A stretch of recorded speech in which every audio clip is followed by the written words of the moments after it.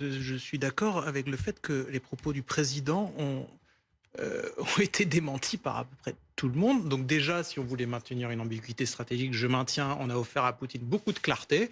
Il sait que, voilà, vous parlez, alors j'admire votre sérieux à vouloir défendre ce qui est défendable dans ce qu'il a dit. Mais je ne défends pas, non, j'expose. Mais à un moment donné, il explique très bien. Vous savez très bien que les éventuels éléments dont on parle, formateurs, forces spéciales, etc., on n'est pas obligé de crier sous tous les toits.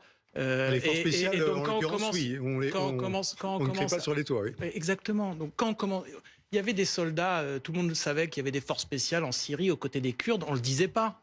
Pourquoi là, il a jugé bon de dire ça? Il a réussi à se mettre à dos tous nos alliés.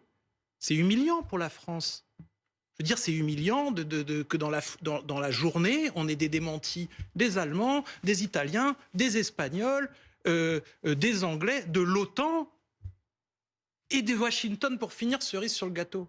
Je veux dire, ils ont tous mal compris. Ils ont donc tous mal compris. Ce sont tous une bande de gens qui ne comprennent pas la complexité de la pensée de notre président. La vérité, c'est qu'il fait des déclarations à l'emporte-pièce, que c'est pas la première fois qu'il inquiète, que régulièrement l'Élysée est obligé de faire des précisions a posteriori et que cela est très inquiétant parce que par ailleurs, ça montre qu'il est en train d'instrumentaliser tout ça. Vous agace et vous déplaît. Mais si les choses se font dans l'ordre et dans le cadre qui vous convient, est-ce que vous seriez d'accord pour avoir ce débat-là? Est-ce que vous pensez qu'il est nécessaire? Nous, on est d'accord pour on veut un débat à l'Assemblée sur la stratégie globale de la France en Ukraine.